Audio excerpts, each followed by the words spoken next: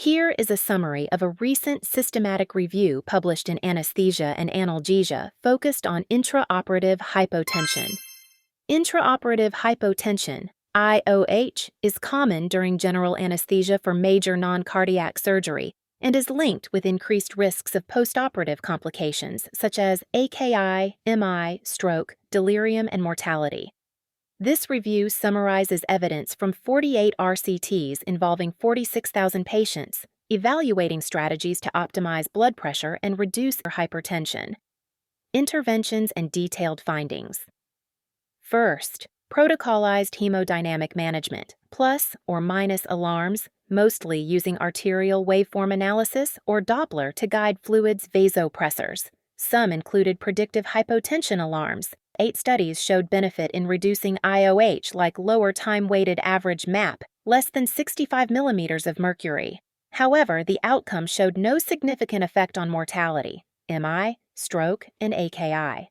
So, this is effective in reducing IOH, but unclear benefit on hard outcomes. Second, pre-specified or individualized BP targets.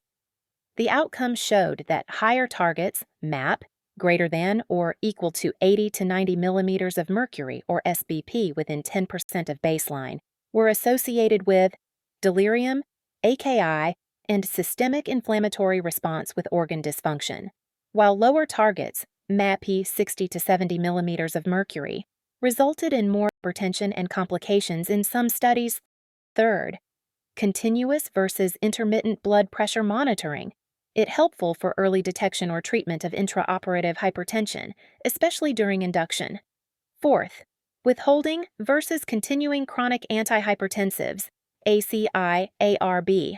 Withholding or reducing dose before surgery down IOH incidence, and combined strategy, withholding plus MAPI target greater than 80 millimeters of mercury, showed lower IOH exposure but no outcome difference. Fifth, vasopressors, norepinephrine versus others. There were 5 studies evaluated norepinephrine, ephedrine, terlipressin norepinephrine infusions at various doses. Consistently decreased IOH norepinephrine infusion was better than ephedrine, more stable BP, and terlipressin effective in refractory cases. Sixth, other adjuvants, anticholinergics, anticonvulsants, etc. For examples, atropine, ondansetron, gabapentin, glycopyrrolate, methylene blue. Most showed some BP stabilizing effect during induction.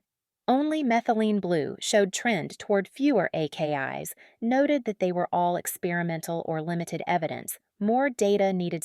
Seventh, preoperative fluid optimization consistently, the IOH incidence, and sabacol post-induction MAPI drop, particularly in spine, abdominal surgery. So this is simple and effective strategy to mitigate IOH, especially in fasted or high-risk patients. Eighth, automated versus manual vasopressor, fluid control. There were 2 studies using closed-loop vasopressor or computer-guided fluid therapy. The result showed greater than 10 times reduction in percent time spent with MAP, less than 65 millimeters of mercury, with the clinical benefit of decreased acute kidney injury in one study. Ninth, intraoperative BP alarms. There were 3 large studies within approximately 30,000.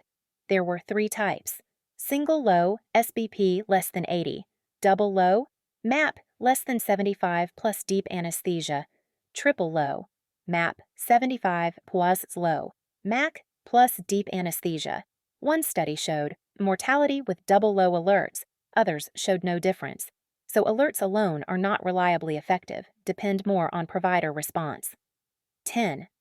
Prewarming. There was one small study in neurosurgery, paradoxically showed more IOH in pre-warmed group. So this is not currently recommended for IOH prevention. Takeaways for practice. Consider holding ACEI ARB the day before surgery. Aim for MAP greater than or equal to 80 to 90 millimeters of mercury, especially in patients at risk for acute kidney injury or delirium. Use continuous or frequent BP monitoring, especially during induction. Norepinephrine infusion is a preferred vasopressor. Preoperative hydration remains a simple, effective option. High-tech strategies like closed-loop systems show promise, pending broader availability.